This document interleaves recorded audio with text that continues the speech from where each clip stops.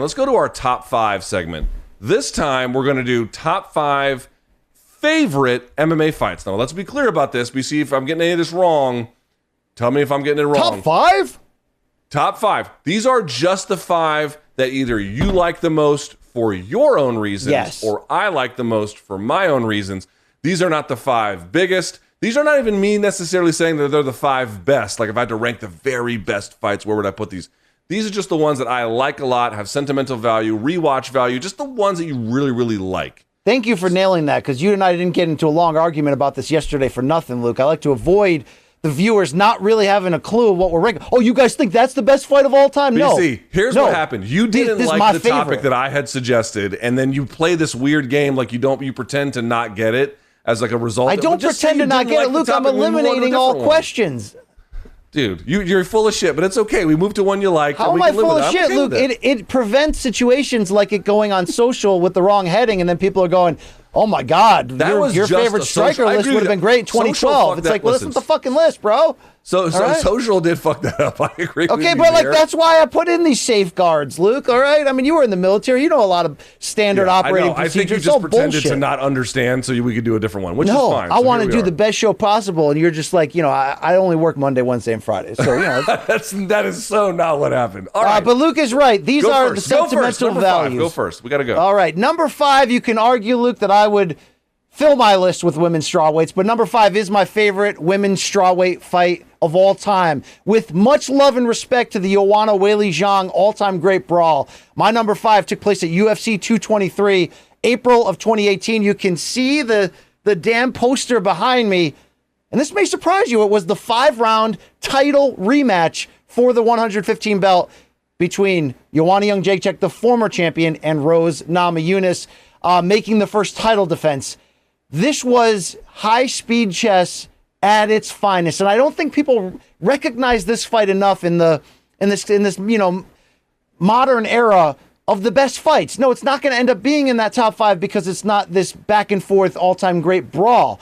But in terms of a high-stakes technical masterpiece, I love the fight that they showed. Why? Because in the first fight, we got surprised when Joanna Jędrzejczyk was knocked down with the first strike that she faced and knocked out shortly after that.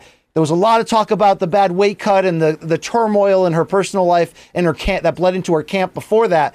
But if she was going to be the boogie woman, if Joanna was going to be the all-time great that she is today, she was going to have to woman up, and come back and show us longevity, a long game plan, and something different. And the way that she responded to this version of Rose, who is, it may not be first round against Andrade's version of Rose, but it's as good as you'll find in her great career.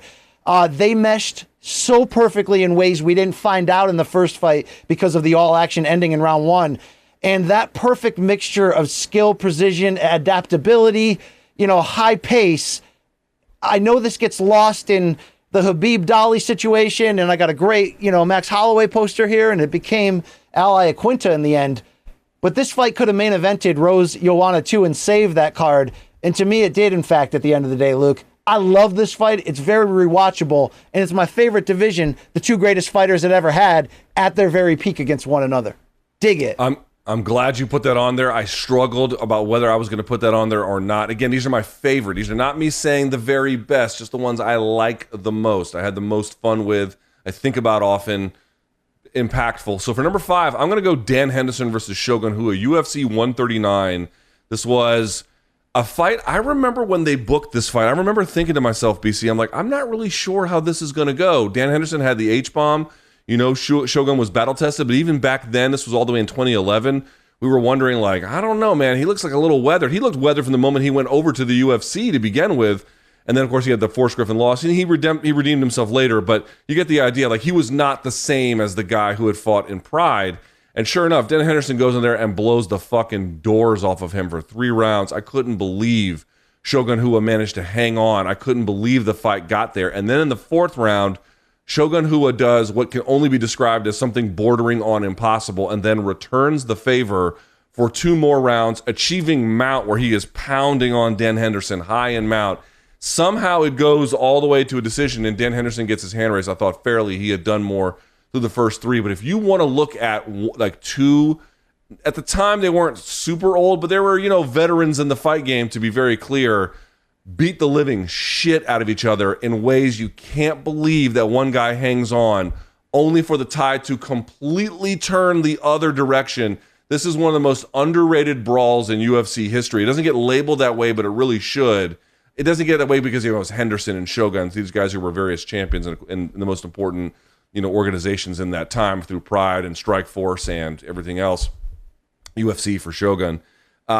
Super, super sick fight that, at least in terms of entertainment value, BC, holds up. And I also think Shogun Rua, I didn't even think at this time had this kind of resiliency in him to take the H-bomb in the way that he did, and he did. And then to turn it around, Shogun Rua in a losing effort. This is one of the most impressive performances you'll ever see in a losing effort, if for no other reason than unbelievable resiliency from both guys. And the fact that he was Shogun was still fighting killers just like, 6 months ago is crazy. But Luke, I think there's about 3 or 4, maybe 5 at the most, where if you ask somebody, what's the best fight in UFC history or MMA history, and they said that fight, you wouldn't have an argument. You wouldn't have a snarky response. This is on that list. And if you have this as your number one, like, you might be right. You might be right. It might be. Look, I think it might be the most brutal fight. You know what I mean? In terms of total accumulation of damage by both. I mean, the amount of I'm being dead serious. Like, the amount of brain damage that these two took in this fight is probably not great.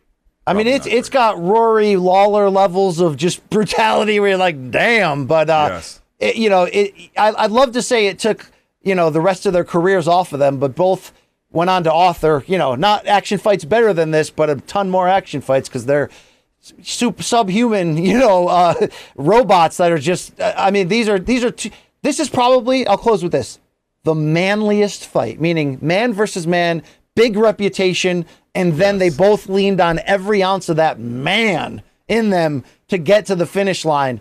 It's raining men that night, Luke. Hallelujah. All right, what do you got for number 4? I've got a bad sell job. All right, Luke, let's go to number 4. You and I have praised this up before when it came under the Nick Diaz resume review. Why do I want to be at least part-time member of the Nick Diaz army and love and appreciate what they do for fights like this? UFC 49, August of 2004, Caro Parisyan versus Nick Diaz. Luke, to me, there are different kinds of fights that are great, right? There's high-speed chess technical fights. There's all-out wars. But this is my favorite fight from the old UFC. The one that was finally, getting traction, and eventually through Forrest Griffin and Stephen Bonner 1 and all that, they really started to gain traction. But that era of UFC they were still street fights. The difference was you had what was becoming a generation of skilled street fighters. But at the end of the day, even if you're a technician, you still had to fight through shit to win those fights. Caro Parisyan and Nick Diaz, where both have action fights that may all, go all time as better, including Paul Daly against Nick Diaz and Strikeforce. But this fight, when they matched up, I caught it at the right time. In a lot of ways, this fight reinvigorated my love for UFC because I had fallen off, came on early like everybody else on pay-per-view when it was Faces of Death, and then slid off a little bit in those weaning years when it wasn't even on TV. This was I remember what it felt like. I remember what I was, where I was sitting and all that, because it was gripping dynamic television. Because even though they're skilled and even though both made adjustments and they had to be bone tough to get there, and they were. What a just classic fight. If I'm going to UFC Fight Pass, which I often do when I'm, killing time in row 8, Luke, I've watched this fight without question more than any other, over and over again. I love it. And I know you do too. Yeah, none of your choices I hate. I liked all of them. I think all of them are great. For number 4, for me, I'm going to go with the very last fight in WEC history, Benson Henderson versus Anthony Pettis. WEC 51. This was in December of 2010. There's actually a lot of controlling grappling in this fight. If you look at the stats, particularly for the second and through the 4th rounds, there's not a lot of strikes thrown. There's a lot of control time that was amassed either against in the clinch or someone having a dominant grappling position. Benson Henderson getting a lot of takedowns in the first round, but the fight kind of began, the tension certainly began to escalate over the course of this fight. And the reason why it was important is because it was really a dynamic contest throughout. But this is the famous Showtime kick fight. We're in the 5th round of the last WEC fight in the last WEC event. This is it. This is the last moment. In the words of Stephan Bonner, Anthony Pettis ran off the wall like a ninja, kicked Benson Henderson in the face, dropped him, and then proceeded to put an exclamation point on the fight and get the win. Stuffing enough takedowns where he didn't lose the contest, not giving up enough grappling positions to lose. Benson Henderson doing his kind of thing where he's, gas pedal to the floor the entire time. This is before these guys ever even got to the UFC. They put on a fucking masterpiece of a closing show. You could argue about whether it's the best WEC fight. There are some other ones you could have picked along the way. Miguel Torres versus Takeya Mizugaki is a good one. Hiromitsu Mora versus Carlos Condit's another one. Hell, you could even do some of the Varner fights that were pretty great along the way as well. But to me, this is one of the best and most important WEC fights. And what the WEC represented at the time was, yes, it had the 135ers and the 145ers, which UFC did not. So they had this WEC lightweight division. For a time, they had middleweight and light heavyweight too. They had welterweight. They had some other guys. Shouts to Steve the Robot Cantwell. But in terms of that 155 and below, what they had was just an excitement factor. You felt like if I tune into UFC lightweights, I'll get some good fights. I might get some great ones. If I tune into WEC fights, am I going to get just action and, just guaranteed excitement? That's what WEC felt like at the time. And for these two guys to do what they do with that punctuating moment at the end with the Showtime kick, it just goes down in one of my minds as like a fight I can rewatch all the time. I love this contest. I love the way you played up the legacy of WEC because like at that time when it was vying for your attention, I remember it feeling like ECW felt when we were watching wrestling in the 90s. And you're like, oh my God, this is just different. Like it's just everything about that. So for this fight to be the final fight in that promotion's history and to live up to it and then deliver that moment, Luke, I remember thinking like, damn, hey, like put the camera on BC. Real quick. Sorry, put the camera on BC. That was a absolute perfect storm, the Henderson Pettis fight of everything that was great about WEC, but then shooting it forward because you knew these guys were going to the UFC the next day. I think like the fourth Marquez and Pacquiao fight, because that right hand Marquez delivered to knock Pacquiao out cold sort of seems to overtake the fact that fight is, maybe the best fight since Corrales-Castillo won, right? Like just insane. I think this fight too, Henderson Pettis never gets the, was back and forth and strategic changes. It never gets the respect because the moment of the Showtime kick was so insane. And Luke, that was like, I remember sitting in the basement newsroom at ESPN watching that as it happened. And like WEC already felt like a video game. So like, you know what I'm saying? Like it just was like ridiculous. And then to have that moment, which your mind hadn't even thought of that in a real fight, right? It's like doing a and one basketball move, like, in the NBA finals. I still can't believe it happened. It's one of those things. It was honestly, you could. It's very hard to argue that they could have put another fight and gotten a better WEC send off. It was the perfect WEC send off. All right, what you got for number 3? Number 3, Luke. I'm going to put up here as one of the hardest fights to watch as it was happening because it was so brutal. But the batshit and craziness that Mark Hunt and Antonio Bigfoot Silva showed in the first of their heavyweight rivalry, UFC Fight Night in Australia, I think it was Brisbane, and it was December of 2013. I will never forget the way this fight made me feel when, both were cut open, but they were cut open on like 1980s pro wrestling, Ric Flair in Greenville, South Carolina with a razor blade. I mean, it was just ridiculous. At the end of round 4, I did not believe that these two could produce more action, and I also did not believe that it would have been safe for them to even go out there and continue. It was the first fight I remember fearing like death as it was happening, and I hate that feeling, and I felt that feeling briefly in Joanna and Whaley one, which not everybody felt, but I was cage side too. But they went out for the 5th round, and it was crazy altogether. And to see this fight surprise, it's not that I didn't think this fight could end in a knockout, right? It's Mark Hunt, right? It's Bigfoot Silva. But to see this fight be a sustained, batshit crazy, constant momentum changes, rolling over and one taking full mount and raining down punches, near submission attempts, I never thought these two could offer that over 5 rounds. And I never thought that they could keep it going through round 5. So to see that end in a majority draw, it was such a play on your emotions already that you're like, oh shit, it just accomplished nothing. They'll get a rematch. We'll be excited about it to a certain degree, although I think Mark Hunt smoked him and knocked him out early in the rematch. But Luke, please tell me that you were feeling some of what I was feeling. maybe the blood made it seem worse than it was in the moment, which can happen.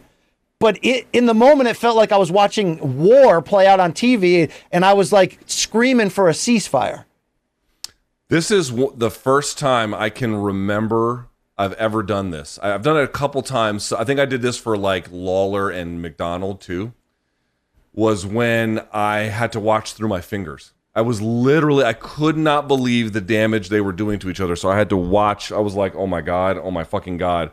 How are they still doing this? I couldn't believe this fight was in Australia. I think you mentioned it was down under. It was, I was shocked at what I was looking at. When heavyweights hit each other this hard, the fight always gets stopped one way or the other. Like there's just no way you can hit each other this hard and the fight keeps going. And it did. It just kept going. An extraordinary amount of violence in this contest. Really, in many ways, even, one of Bigfoot's better all-time performances, to be honest with you, losing or winning. Like he put up a phenomenal job in this contest, and Mark Hunt did the same. A unforgettable fight is the way I would put it. Unforgettable. Good shit. All right. With that in mind, my number 3. Speaking of Nick Diaz, I'm going to go Nick Diaz versus Takanori Gomi, Pride 33. This was on, I think, in February of 2007. Let me explain the circumstance of this one. This is the famous Gogo Plata that Nick Diaz hit, but there's more to the story. You have to understand where they were when they fought. Takanori Gomi had a couple of losses in Shuto, but that was long since forgotten. He was widely considered to be the best lightweight in the world. He had lost to Marcus Aurelio in a non-title contest because Pride had done that, but he got his title back, or he got the win back later. He had never lost the title, right? So there was all of that. So he was basically in this position where he was the guy in this weight class. Nick Diaz, by contrast, was well respected, but was in a very different spot. Nick Diaz had lost to Diego Sanchez. He had lost to Joe Riggs. He had lost to Sean Shirk. He was bounced from UFC. He had fought previously. Then he came back and he beat Josh Neer and he beat Gleason Tebow, and those were nice wins. But I think the Tebow win at UFC 65 was on the preliminary card. Yes, it was. It was the headlining bout of the preliminary card. So then he goes into there and then takes on Takanori Gomi. Leaves the UFC again and goes and takes on Takanori Gomi. And Gomi, again, we're talking about a guy who could not have been more highly regarded at the time. He's taking Diaz down, but Diaz is going to work in the boxing in the first round. But he gets hit. I think he had to get 14 stitches on that massive cut over his. And in the second round, he goes in there and begins to go to fucking work on Gomi. And the crowd is on their goddamn feet. He eventually gets into the scenario where he was able to apply the Gogo Plata, which, I mean, dude, this is the closest thing Nick has to Nate beating Conor. It's not the same for a lot of different reasons. Nate was on last minute notice, and he had to go up a weight class and all this bullshit.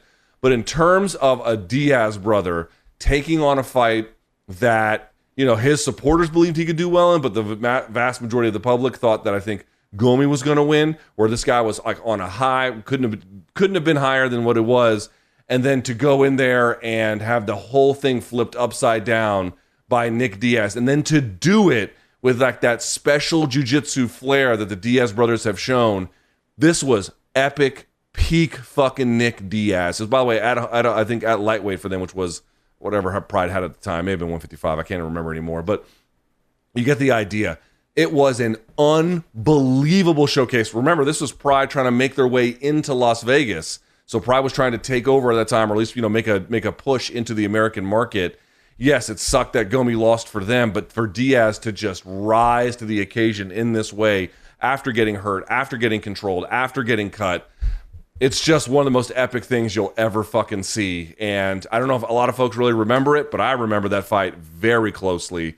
An incredible, dynamic win, one of Diaz's best. And truly, those brothers, boy, you send them your promotional darling. I mean, maybe Hamzat would have run him over, but in general, there's been times where you send those guys your promotional darling, and the Diaz brothers are going to send them home in a fucking body bag. This is a historic achievement for him. Or back then, you send them your legends like, Frank Shamrock, and he's just going to dismantle and take them apart. But, we did talk about during that resume review, as you mentioned, how pivotal this was in Nick's career. And, that was a joy to watch, man. That was some intensity building up in that one. Look, I do have a lot of respect for your list, all right?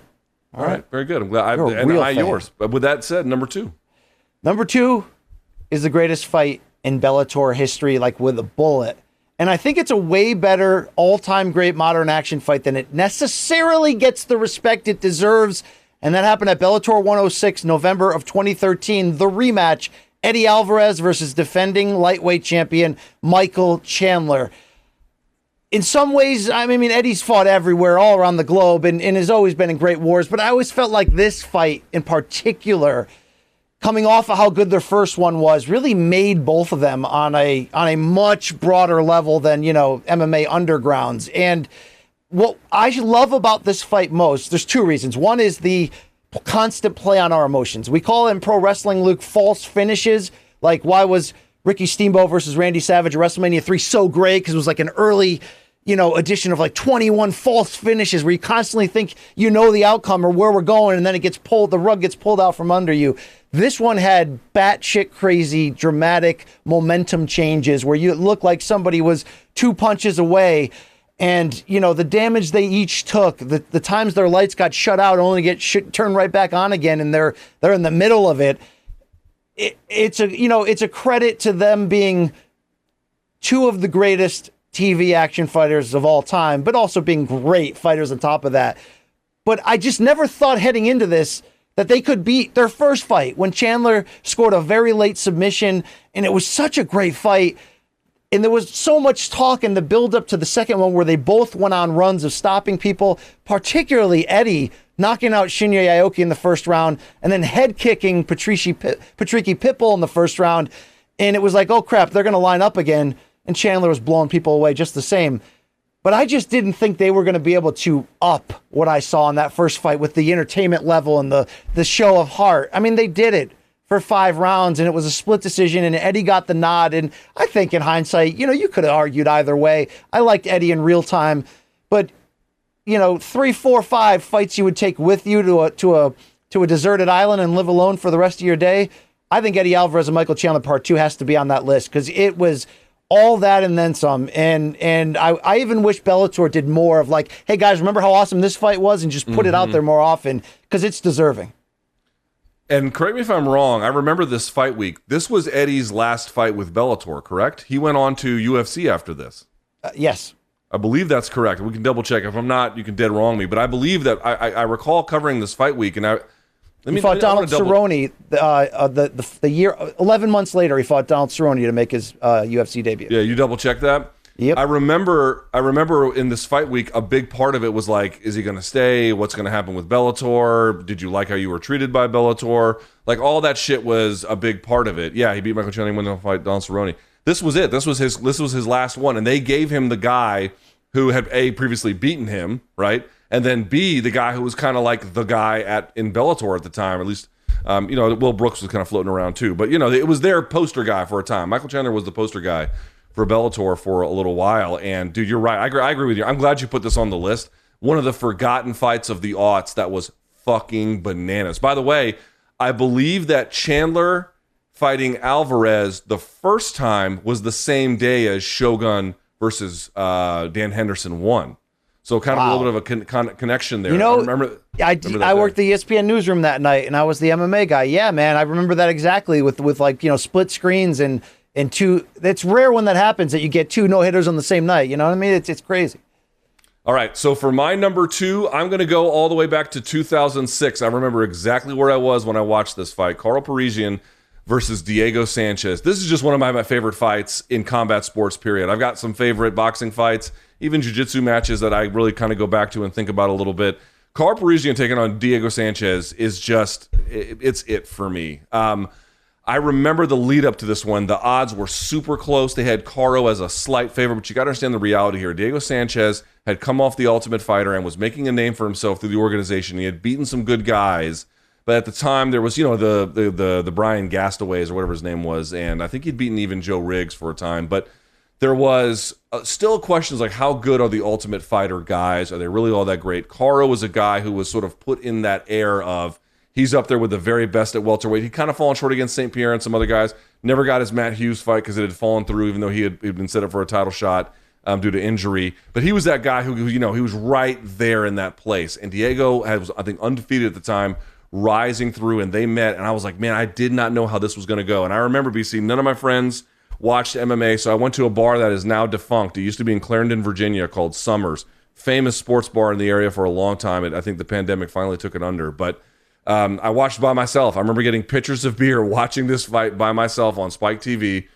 And I was just blown away and overjoyed at everything. And one of the things I really love about this fight is it's fucking back and forth. I mean, Caro was throwing Diego all over this fucking octagon, but Diego sticking it out, finding ways to get the takedown, heavy ground and pound, pushing Caro back. You know, Caro doing everything he can to throw this guy off balance and to do what he can as well. But Diego just being a fucking dog when it mattered between them.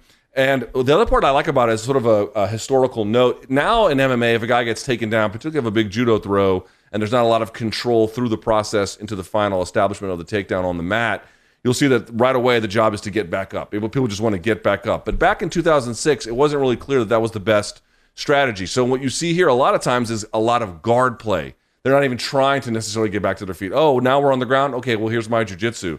And so you get a very different kind of fight than you would get today. And you know, you could say maybe worse or better, but it's fun to see some of those, like when people like really had to focus on their guard. How did their guard look? You get a lot of that here. This is a dynamic fight. This is thrilling. This is a moment of triumph for Diego Sanchez in overcoming a lot of obstacles, in reaching new heights. And it's just maybe my favorite fight night fight ever in the history of all the fight nights. I fucking love this contest. It's, by the way, not surprised that Nick Diaz is on this list twice, and Nate could have been on it a million times, but not surprised that Carl Parisyan is on. You should be, because we don't talk about him enough, but you look back at those, dude, he had a handful of fights like this, Luke. What I love best about Carl is he never respected his opponent. Like, it was just on him. It was dripping. Whether he's facing GSP or the Diaz, it's dripping on him that he has no respect. And his defense could be lag, so he always had a lead on his chin, but he had the dynamic judo, which back then was like a superpower that he pull these drag throws on people that was ridiculous. But yeah, great to see him show up here twice, Luke. I hated seeing the second half of his career kind of fall apart because he was special. When he faded fast. Yeah. I mean, really fast. He was bloated in Bellator for a while, and it went bad, Luke. That was a bad run. But in his prime, dude, win or lose, fucking Caro was absolutely must-see TV. Makes you proud to be Armenian, Luke. You know? He does. He does make me proud. Damn right. All right, Luke, my number one favorite fight in MMA history. You're not going to be surprised. I don't really care if you don't love it as much as I do, because I was there. I felt it. I sniffed it. I drank it. I lived it. It was an interim middleweight title co-main event at UFC 236 in Atlanta, April 13th, 2019. Shout out, Bogo. That's your birthday. I know that. This is one of the greatest fights in the modern era. And the intensity of this, along with Poirier-Holloway that night, also for an interim belt that, you know, you could argue was just as good, and I don't think it'll ever get the recognition it deserves either, because it followed this fight. There was something in the air that night, and it may have actually been Dana White floating interim titles on two fights that didn't need them. It didn't call for it, but it raised the stakes and the intensity. And I think Kelvin Gastelum gets much maligned because he's unable to keep it together on the elite level, kind of like Darren Till. Well, there's a lot of hiccups. This was the night, though, where Kelvin Gastelum was as great as he ever was. An interim title at stake. He was supposed to have fought Whitaker for the belt, but it fell apart last minute. This was sort of his prize for that.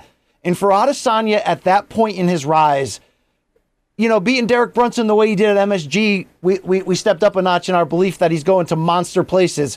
But you're never going to believe someone that skilled is the guy until they have to prove it. And you only have to look further than the opening of the fifth round when Adesanya looks across at Gastelum and, you know, lip syncs, and you can kind of pick it up like, I'm ready to die here. He crossed a barrier the hard way, the old school way, to endure the damage in that fight and the back and forth momentum. And, you know, he got dropped. I mean, that was a crazy fight. Maybe it will never equal the Hendo Shogun 1 type of level of action fights because, you know, there was a good mixture of skill. But it's the very best of two guys who refused to lose that night and just put on mayhem, unscheduled mayhem in front of me. And, you know, in hindsight, Luke, it was also a pretty damn high-skilled fight. The way that Gastelum set up his punches was look, that's the best of him. But I do look back and say Gastelum had a moment where he hurt Adesanya late, I think it was round 4, and he shot in for a takedown that was unsuccessful, and he kind of missed the moment there momentum-wise that I think is going to kick him for a while. But this is just one of those special nights where whatever that feeling was that the drug, made you feel, you'll never be the same, and you hope you can feel that way for the rest of your life. And every time I interview Adesanya, by the way, I thank him for this fight. And not in like a weird, self way or anything like, no, it's thank you. Thank you for showing us what is inside of you, because you needed it that night, and it was beautiful. And Luke, this is what it's all about at the end of the day, not Twitter followers or the money we make to be on TV or any of this other MMA awards. It's the reason why we want to do this for a living. Fights like this, bro.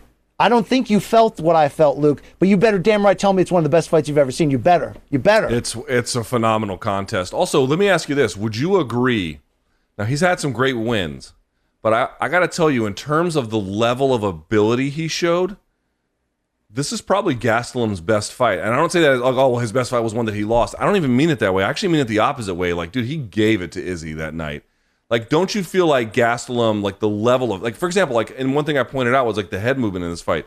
His head movement in this contest is better than any other one he's ever had. Absolutely. The way he set up his shots, which is what I said. So, yeah, to echo your point, I had made that point twice during my long ramble. This is the best Gastelum there ever was. Interim title at stake.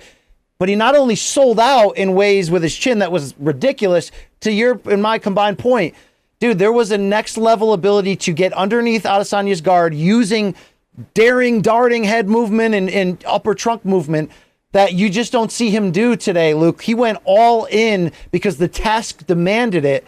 And he actually got inside on Adesanya and gave him a hell of a trouble in terms of the two-way striking. I mean, what a night. What a freaking night. That was an incredible night. And so, again, followed by Max Holloway taking on Dustin Poirier. Just fucking nuts that you were there in Atlanta. Pretty great night. For me, again, it's by far not the best UFC fight. Definitely not that. Not even the best UFC heavyweight fight. But for me, the most... Let me explain something to you. You guys know I don't care for pro wrestling. It's not for me. But the guy who has done, and I've said this before, at least for a stage in my career, more than anyone else, was Brock Lesnar. The Brock Lesnar era, I cannot describe to you. He was a shot of adrenaline into MMA. It's really the best way to put it. And when he took on Shane Carwin, UFC 116 on January of 2010, I could not wait for this contest. I remember BC literally hyperventilating when Shane Carwin, because here's what you knew. Like, Shane Carwin came out, and you know what he was going to do. He was going to lower the boom on anyone he fought. Say the run that Shane Carwin was on of first-round KOs over, like, legends, right? I mean, it was ridiculous. I don't have it in front of me, but, like, here's a great one for you. Here's a little piece of trivia for you if you want.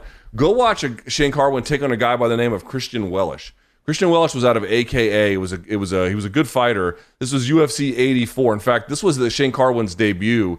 It only lasts 44 seconds. He hits fucking Wellish with a punch that launches his mouthpiece into outer fucking space and just turns Wellish's head in ways that, like, remember how Mike Tyson used to hit guys and when their hair would spin in like the opposite direction that their head was going, or like it would follow?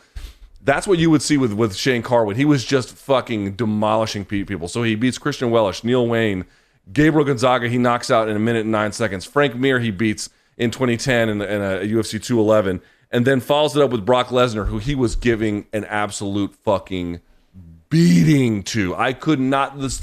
I make a joke about my wife. I one time went to this masseuse, BC, and it was this elderly Chinese lady, bro. She gave me the old Shane Carwin fucking UFC 116 ground and pound. I couldn't believe how much it fucking hurt when she was in there doing it. And I joke about it with my wife because I was like, I've never seen someone take punches like that, take fucking strikes like that, and find a way to hang on. And miraculously, Brock makes it to the second. I mean, easy 10-8 round score. I don't know if they were doing it at the time, but it should have been 10-5. How about 10-5? Yeah, I mean, he was dog walking Brock Lesnar, but fucking Brock Lesnar, that bastard. Second round comes out, changes the equation, gets a takedown on Shane Carwin, proceeds to start putting a beating on him, and eventually locks up a head and arm triangle. And folks who may have never trained may never realize this. That head and arm triangle was not a very good one. Like, it was not a very technical head and arm triangle. Brock Lesnar put all of that Minnesota, South Dakota squeeze into everything he had after just getting demolished in the first round, and choked that fucker out and got the tap at 2:19 of the second round. I mean, dude, BC, there are not many fights when they are over where I even say to myself, Dude, I need a cigarette. I needed a fucking cigarette after that fight, bro. It was insane. I mean, he's a pro wrestler who's fighting a guy who looks like a pro wrestler, a guy who had never been out of the first round in 13 pro fights up to that point. By the way, forget that Shane Carwin only had 6 total UFC fights, and 4 of them were just first round demolitions. The way he beat Frank Mir, this was like legit danger to Brock. It's actually the worst style matchup for Brock Lesnar, who was never loved getting punched in the face. And here you've got a guy, who's just a badass, who's demolishing people in round 1. We don't even need to know if Carwin has a gas tank or a jiu-jitsu game because no one's getting there. Luke, it's actually a crime that this isn't on my list or maybe isn't number 1. I've got the poster right here. You can't overemphasize how different this fight felt. Not just to your point of Brock being this, adrenaline incision who had, a handful of fights, not even that. But he won in the most extreme pro wrestling movie comeback sort of way. Like, yeah, Carwin's, he dumped his cardio there at the end of that first round in legendary ways. And Josh Rosenthal needs to be, praised for watching close enough that Lesnar got cut open. But, by the second half of that, he was weathering a lot of that storm. It's the only fight that's felt, even the build, it felt like Andre the Giant versus Hulk Hogan at WrestleMania 3. Like, it felt just this thing that's so different from actual sport. It was bizarre. Like, I try to imagine that's what, like, Joe Louis and Max Schmeling Part 2 felt for people who were, like, tied into the war and listening by the radio, and it's not even about boxing. It's about my country against yours fighting for freedom. For some reason, this fight felt different, dude. It's one of my favorite pay-per-view nights of all time, and I remember exiting going, you know what? It doesn't matter that Brock Lesnar doesn't have all these fight skills. He's got stupid heart. Like, you couldn't have doubted him in that moment, dude. He came back and beat the shit out of Frank Mir. Like, amazing. Just amazing across the board. And I had an epic night. I was live. At the time, I was editor-in-chief of Bloody Elbow, and I remember live blogging it that night. Just, I could barely breathe watching that shit. Yeah. So, I've never had more fun than that.